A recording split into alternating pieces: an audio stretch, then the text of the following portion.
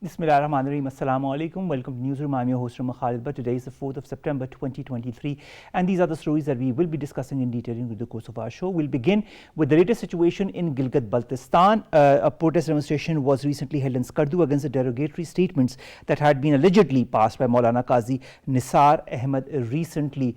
A lot of reports then emanated as far as the situation in Gilgit-Baltistan is concerned that have been put to rest by the Minister for Information and Broadcasting as well as the administration of Gilgit-Baltistan. What is the reality of what is happening in Gilgit-Baltistan? We will be talking about that in our first story. Our second story, ladies and gentlemen, concerns the electricity bills.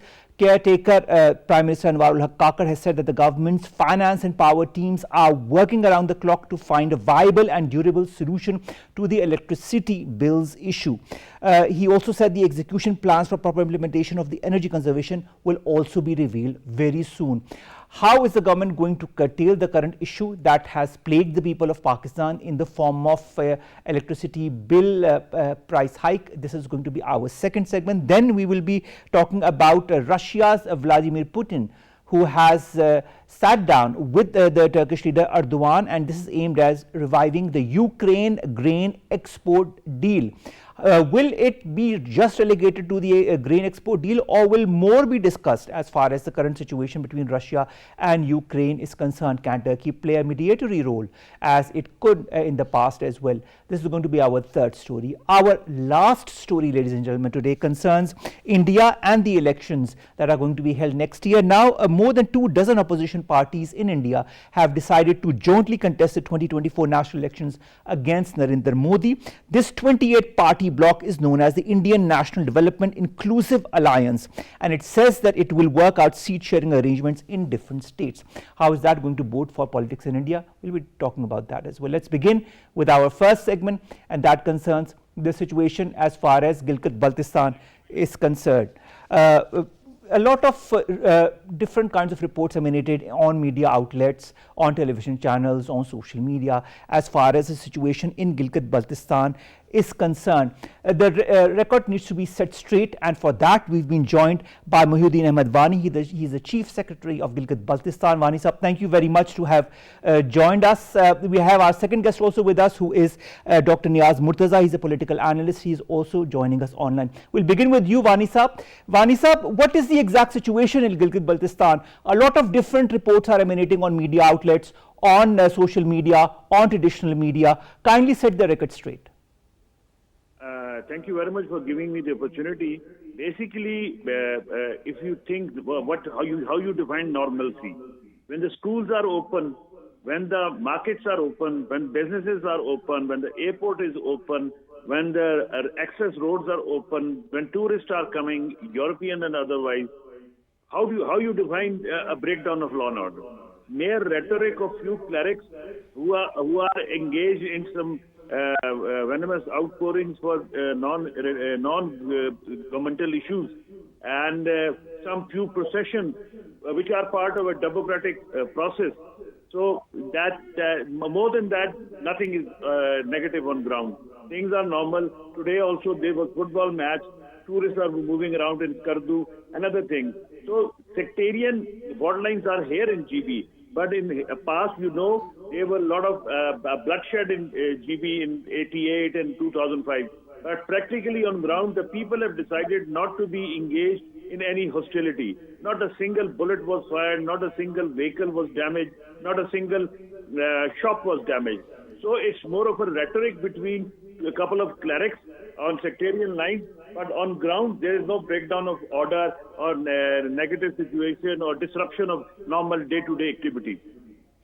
Wani sahab, the Information Minister, Mr. Solanki, also took out a statement concerning the situation in Gilgit-Baltistan, and your office echoed the same statement. Why, in your point of view, are certain elements trying to create a situation to portray an environment of unrest in Gilgit-Baltistan? The thing is, unrest itself is a business. So there are a lot of vested interests involved which have stake in promoting instability in this vulnerable region. So, plus you can see a lot of negativity has been originating from outside Pakistan. I have been watching a lot of social media activities, accounts from outside Pakistan, even doctoring the voices in different processions, showing it as anti-Pakistan. Today, we have shared a lot of images of a rally of 5,000 students coming out saying, we all are brothers and we all are Pakistanis, and don't give any heed to this negative propaganda. We want to study, we want to live in peace, and we are fine. So that was a message for Pakistan. So it's more of a fifth generation warfare nonsense, disrupting life, trying to disrupt life in GB, which has failed, and people have failed it. And I invite you and your team to come to GB and move around freely. Not a single military man is on ground. Everybody is in their barracks. Only a little bit of police presence or FC presence is there. So schools are open, businesses are open, restaurants, everything is normal. All right, Wani Sahab, kindly stay on line with us. We've also been joined by Dr. Niaz Murtaza. He's a political analyst. Dr. Niaz, thank you very much to have joined us. Dr. Niaz, looking at this current situation and of course the different kinds of reports that have been negated by the Chief Secretary Gilgit-Baltistan right now in this show, how do you see as far as the elements behind this whole attempt to create an era or aura of instability in Gilgit-Baltistan is concerned? Yeah, well, if you go to, the wild accounts that you find on social media, it looks like, there's a complete breakdown of law and order and, bloodshed. Whereas, if you look at the reality as mentioned by the Chief Secretary, everything is peaceful. There hasn't been any, violence or, destruction of poverty, any bloodshed. As he mentioned, there was some tension created by, a couple of clerics, and following that, there were some peaceful rallies, and from what I understand, they were in favor of peace. But from what I have seen, even on social media, I haven't come across any tangible evidence of, violence, bloodshed, breakdown of law and order, curfew, calling in of the army. From that point of view, I think both the Information Minister and the Chief Secretary are accurate. Now, of course, there are underlying issues, as the Chief Secretary also mentioned. There is a history of, sectarian violence that happened in 1998, then again 2005, but it hasn't really flared up to that level yet, and that's good. It shows, the maturity of people on both sides of the divide, and the fact that people don't want the situation to deteriorate. So I think there is a role for community leaders. You may remember when we had the discussion about the Faisalabad incident, it was the same issue, the importance of having dialogue among different communities, the community leaders rising to the occasion, having contacts with each other, having trust and confidence with each other, keeping each other informed, and making sure that they keep emotions under control. And then, of course, there's the larger issue of the sensitive nature of Gilgit-Baltistan. If you look at the map, it's bordering Afghanistan, which is of course very, very unstable, and there's been attempt of infiltration by extremists that operate out of Afghanistan to try to whip up extremism.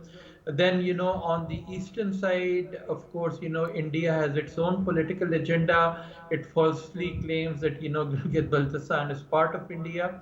So from both sides, it's a fairly sensitive area where different kind of groups and countries are trying to destabilize the situation. All right. So it's important that all of this be linked to the community level situation. All right. Reverting back to you, Mohyuddin Ahmed Wani Sahab, what are the religious and sectarian concerns of the locals in Gilgit-Baltistan? Do you feel the ulema, for example, could play a role to address any misunderstandings that exist?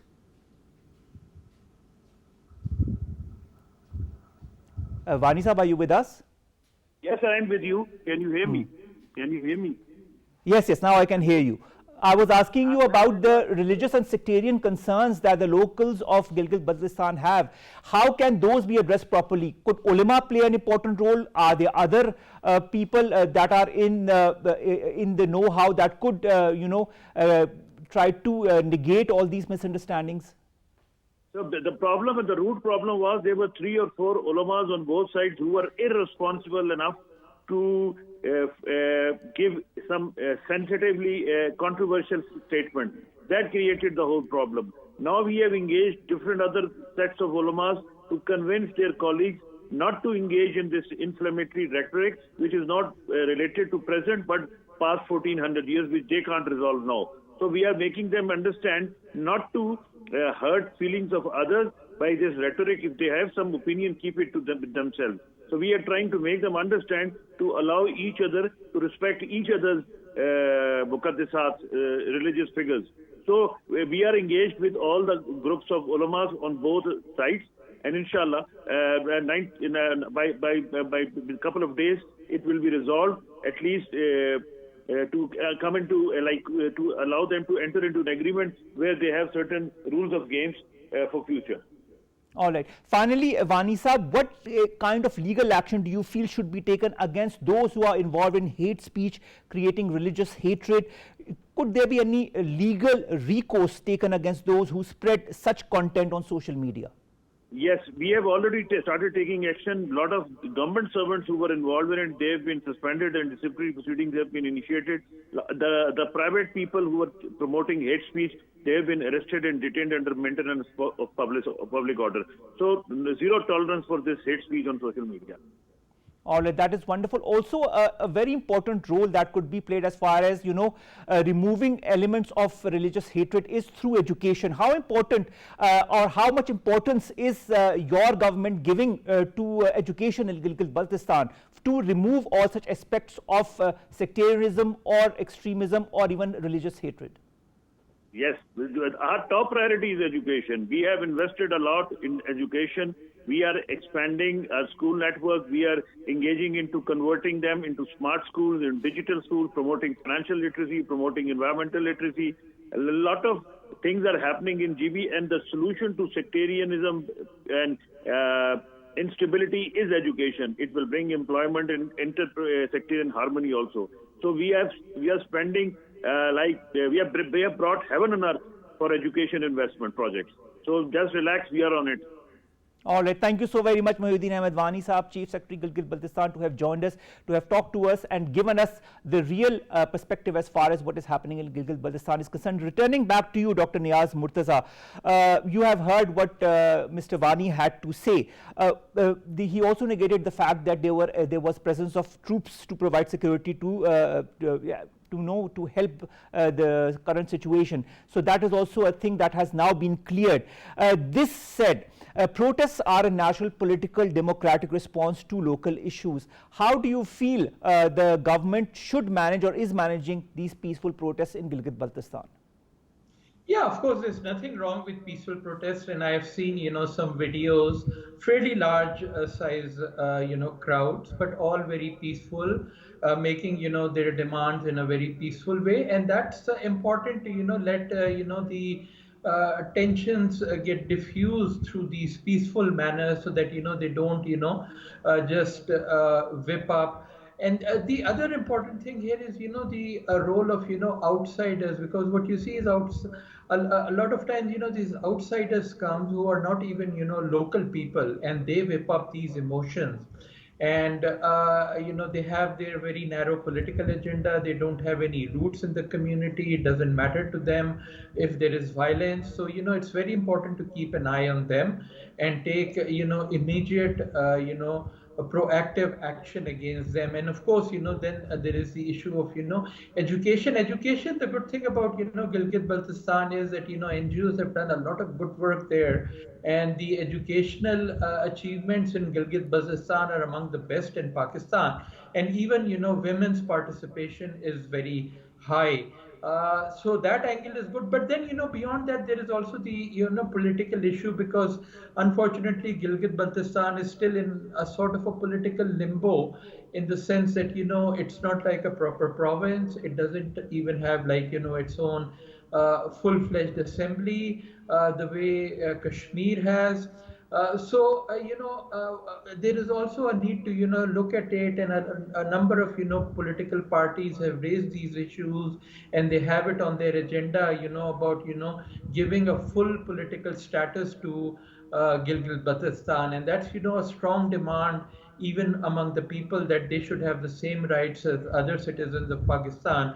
They're really interested in integration into Pakistan. So obviously, an interim government can't do anything about that. But certainly, when the next government comes in, just the way, FATA was, integrated into Pakistan, I think there is a way to look at, a political solution, a long-term solution to the political demands and aspirations of the people of Gilgit-Baltistan to have full political rights like other citizens of Pakistan. Now, Dr. Niaz Murtaza, also, how can we settle this matter of religious or sectarian concern in an amicable manner? I understand that the Gilgit-Baltistan Chief Minister Haji Gulbar Khan met with delegations of Anjuman Imamiya Gilgit and Ahle Sunnat wal Jamaat as part of efforts to maintain law and order in the region. What can be done, in your point of view, as somebody who analyzes and understands the region as well? Well, bring, the religious leaders, the community leaders together so that, they can establish their own protocols of, what is right and, what is wrong, what are the boundaries, what are the emotions, the political, religious sensitivities of each other, and show mutual respect because, that's what peace is about, recognizing the rights of others and making sure that, you don't cross the boundaries, and even if there are different religious beliefs, just making sure that, there is enough common ground so that you don't end up hurting the religious emotions of other communities. And as I said, it's often, these outsiders who have, a vested interest in whipping up these kind of emotions. They're often paid elements. So, it's very important to keep an eye, and there is a role for, these local bodies. If you have committees, peace committees of, different sectarian groups, etc., they can keep an eye on these kind of elements and inform the government before they are able to do that damage. So again, the same kind of lessons that we were talking about in Faisalabad, it's very similar kind of, dynamics and, similar kind of strategies that can be adopted for peace building and, religious harmony.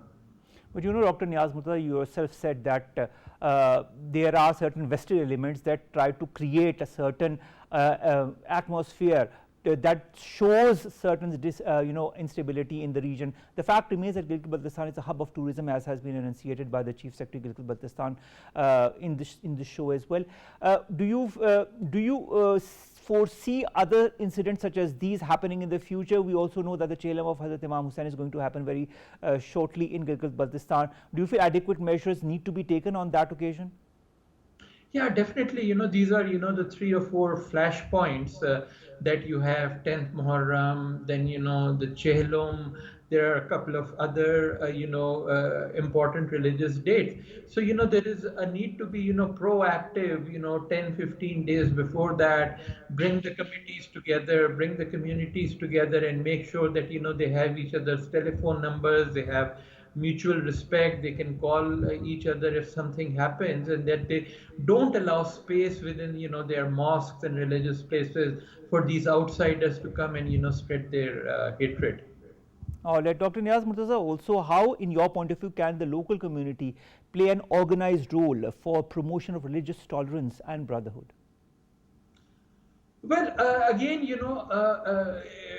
visits to each other, organized when especially there is a role for, the youth, because it's often the youth that, these groups target to, whip up, hatred among them and, try to, instigate them, give them arms, give them, hate material which they can spread within the communities. And so it's also tied to the issue of, employment. If, the youth is gainfully employed, they have education, they have employment, then, the chances that they will fall for this kind of, agenda is much lower. So, it's all related to, political empowerment, economic empowerment, social empowerment, and, bringing communities together. So it's a, a long-term process, and it's good that in this case, it hasn't, really flared into violence, and that does show that to some extent those kind of engagement is taking place, and people have the political maturity, the religious maturity to make sure that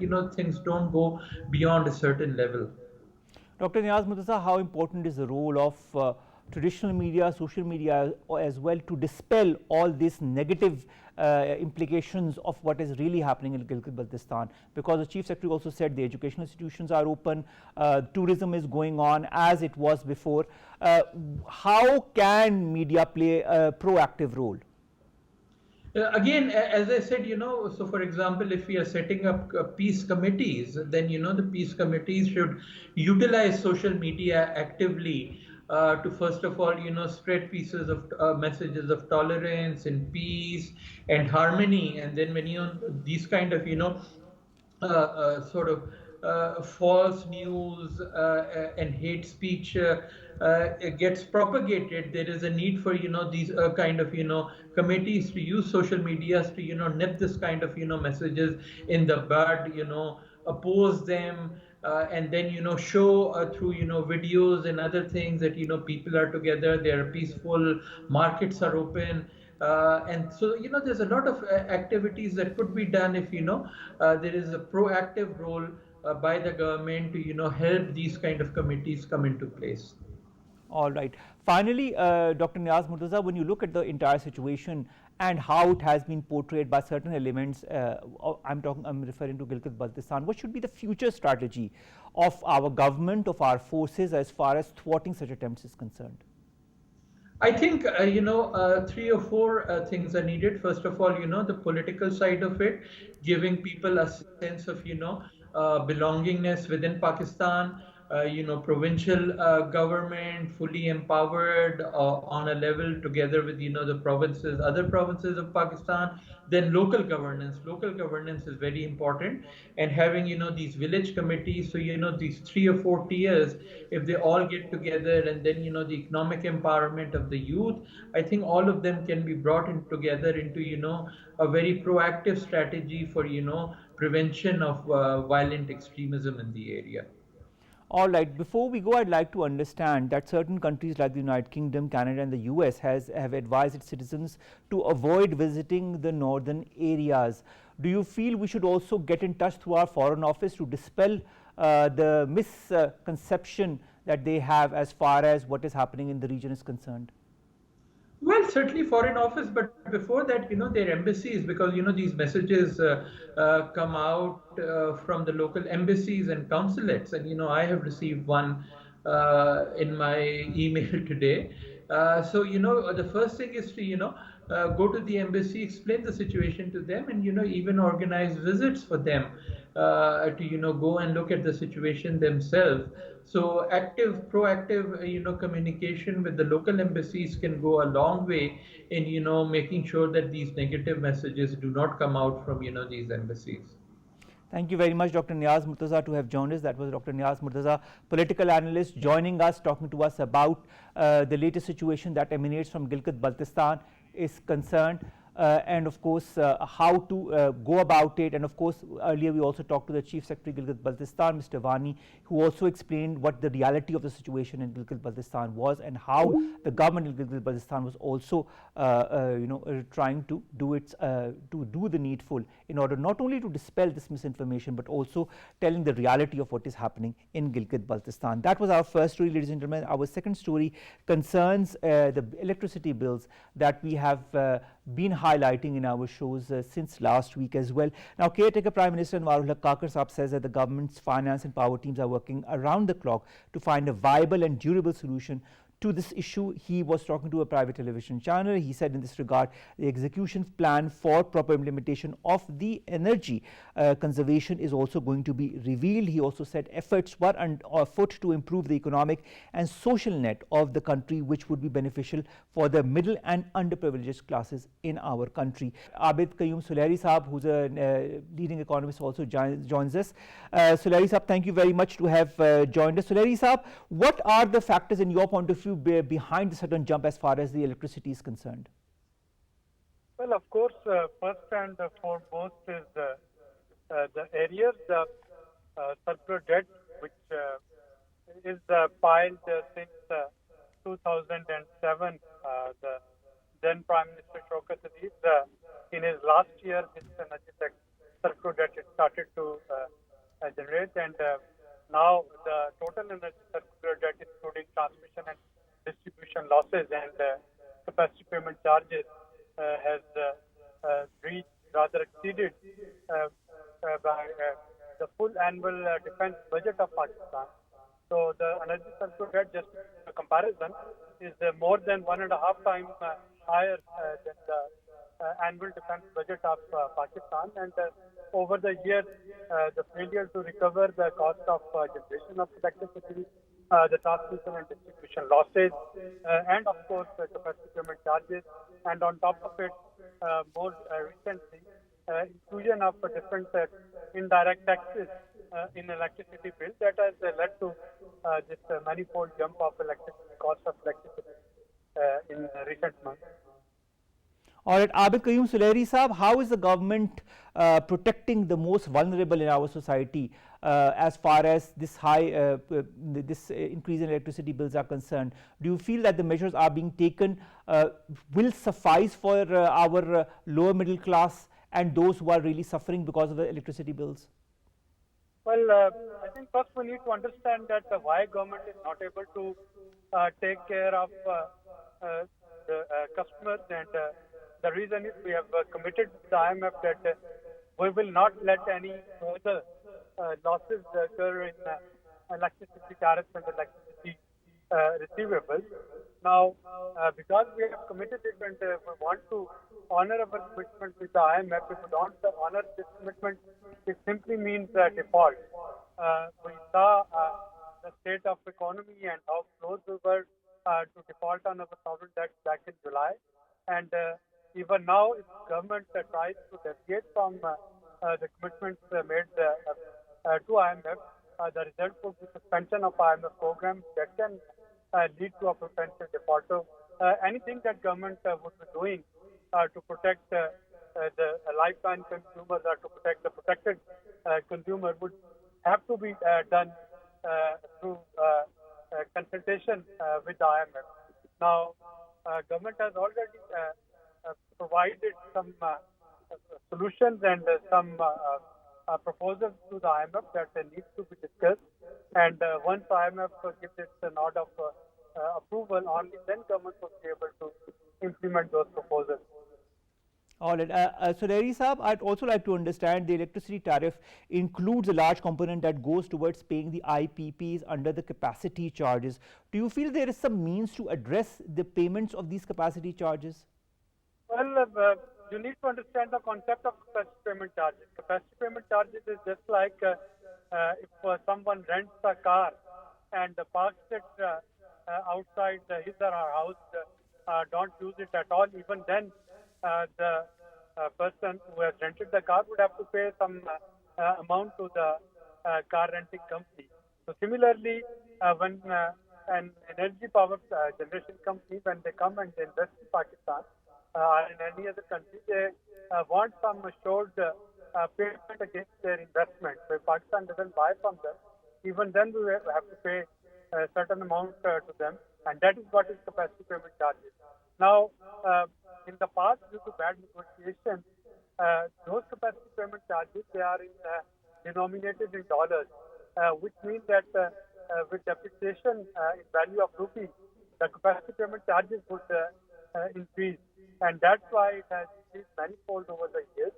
So even now, when we are not buying from many of those IPPs because expensive electricity, we have to pay them the return on their investment, which is called capacity payment charges. All right. What, in your point of view, Suleri Saab, should be the contours of energy conservation, and what could be the long-term solution to the current issues that we are facing? There is no solution. There are multiple solutions, and all of them has to be implemented simultaneously. We need to switch from fossil fuel to renewable energy so that we can reduce our burden on our import bill and burden on our foreign exchange reserves. Secondly, we need to come up with some sort of solutions or schemes whereby we can minimize our capacity payment charges. either through negotiating with the IPPs or providing incentive to consumers to spend more. So if they spend more, of course, the ideal payment that we keep on paying for not buying from IPPs, that would go in favor of consumer for consuming electricity. And the third, of course, which is very vital and important, is to change our behavior and the customer behavior and consumer behavior. When in the whole of the world, markets, they can open at 9 a.m. and they can close at 5 p.m. And we have been practicing it in during COVID times in Pakistan too. Why not to go for that sort of punctuality and that sort of timing, whereby we can make the most of solar energy, we can make the most of energy when it is available, and we can conserve on spending the hard borrowed dollars on import of coal, gas and fuel in order to generate more energy.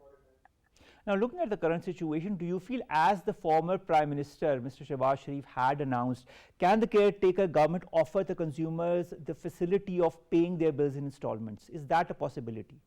That is again dependent on IMF's nod of approval, because the staggered payment, it would still affect the cost of recovery, it would affect the revenue generation target of government, and that depends if we can provide any alternative from where that sort of delay in recovery can be offset. Then of course IMF would be happy to approve it. Otherwise it would become difficult even to get the payments, receive the payments in staggered scheme. All right. Also, Suleri sir, do you feel that the caretaker government can provide relief to masses without compromising on the fiscal goals of the current IMF program? There is only one way, and that is reducing brick and mortar projects from PSGP and the provincial annual development plan. So I'm not talking of expenditure on health or on education or food security, but expenditure on roads and on bridges and other mega infrastructure projects. Perhaps those can be suspended for the time being, and that would actually reduce our expenditure, that would reduce our revenue generation target, and out of the saved money from reducing PSGP or ADP in provinces, we can perhaps provide some relief to consumer by waiving off some of the indirect taxes in the electricity bill. So, Suleri Saab, who should we hold responsible for the high line losses that we are experiencing, which has also contributed to the increase in the energy tariffs? Should it be the companies who manage the transmission and distribution of power, or should it be somebody else? Who should be held accountable? Well, of course, it didn't occur overnight, so it's a chronic issue.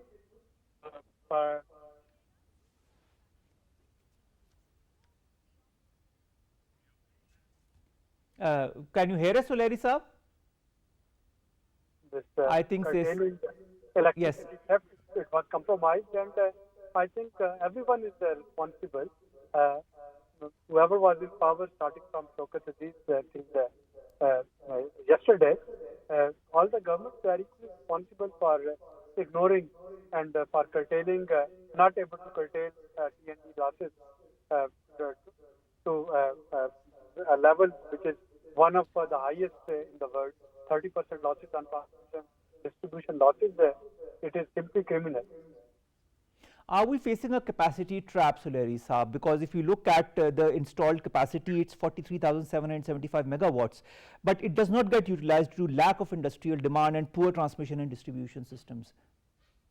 Well, the more the electricity would get expensive, of course, the customers who can pay, they would try to go off-grid, and they would try to have either their own solar power electricity generation mechanism or their own generators.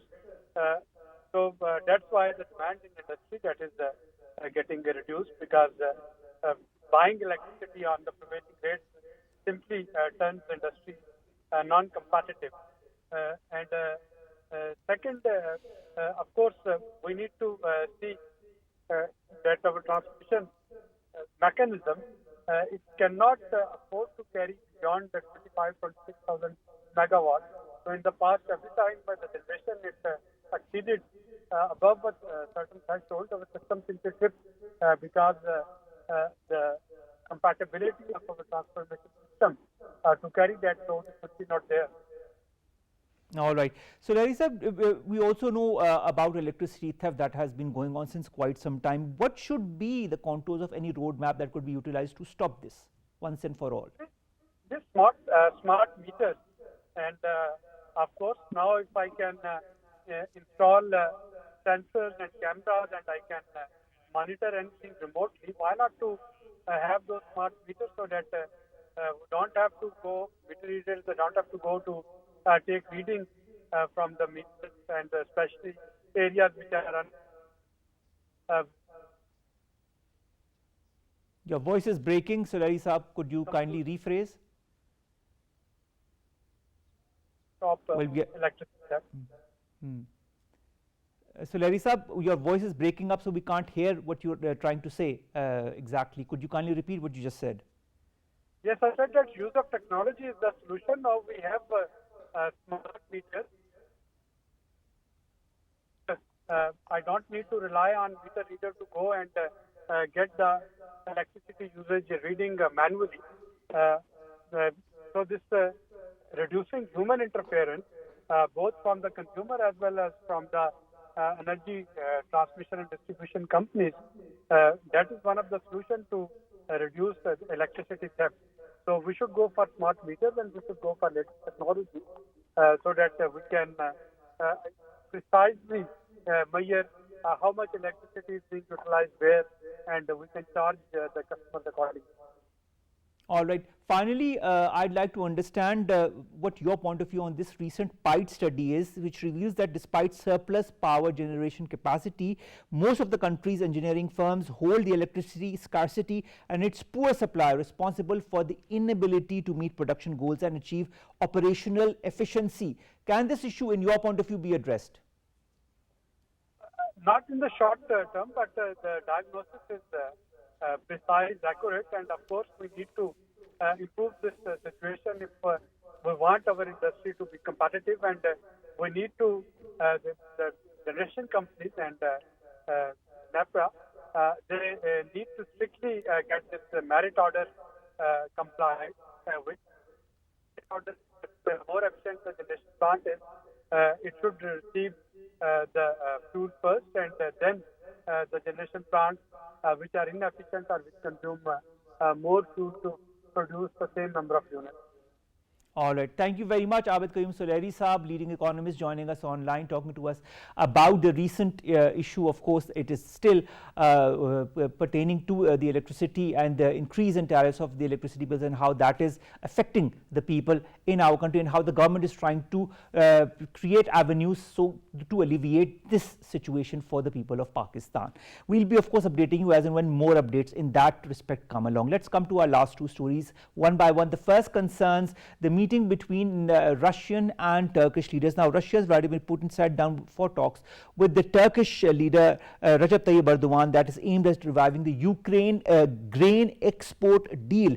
Vladimir Putin has told Recep Tayyip Erdogan that he will discuss this situation in Ukraine and that Russia was open to talks on the Black Sea grain deal, which Moscow abandoned in July. Now, Erdogan, we all know, is a NATO leader. He said he is going to make important grain announcements after talks with Vladimir Putin. At the start of these talks, the Russian President Vladimir Putin said the two of them had raised relations between the two countries to a very high level. The fact remains that in July, Vladimir Putin had refused to extend the agreement which was brokered by Turkey and the United Nations a year earlier. But now that these talks are happening, maybe we see some kind of a silver lining at the end of these talks. Maybe the grain deal will be revived. Maybe Turkey can also play a mediatory role as far as the current conflict between Russia and Ukraine is concerned. Anything can be possible. The right mindsets need to be put together in order to move in the right direction. Let's come to our last story, and that concerns elections in India in 2024. Now, more than 24 opposition parties in India have decided to jointly contest these elections that are going to be held next year in India. This 28-party bloc, it is known as India, INDIA, meaning the Indian National Development Inclusive Alliance. It has announced that it will work out a seat-sharing arrangement in different areas of the country. I'll quote what they said: "We, the India parties, hereby resolve to contest the forthcoming Lok Sabha elections together as far as possible. Seat sharing arrangements in different states will be initiated immediately and concluded at the earliest in a collaborative spirit of give and take." Rahul Gandhi, Sonia Gandhi, who are very well-known Congress leaders, joined other opposition leaders that include Sharad Pawar, Arvind Kejriwal, Sitaram Yechuri and Lalu Prasad Yadav at this two-day meeting in Mumbai. How is it going to affect the polls next year? Will this 28-party bloc be able to make the necessary advances to create a strong opposition or even come in the government? That will be revealed at the end of the polls next year. But till then, this seems to be a very important development, maybe in the right direction for India or maybe in the right direction for the region as well. With that, ladies and gentlemen, we come to an end of today's newsroom. We'll see you inshallah tomorrow with news story segments that pertain to us, you and Pakistan. Stay safe, and of course we'll be updating you as and when most news comes along. Allah Hafiz.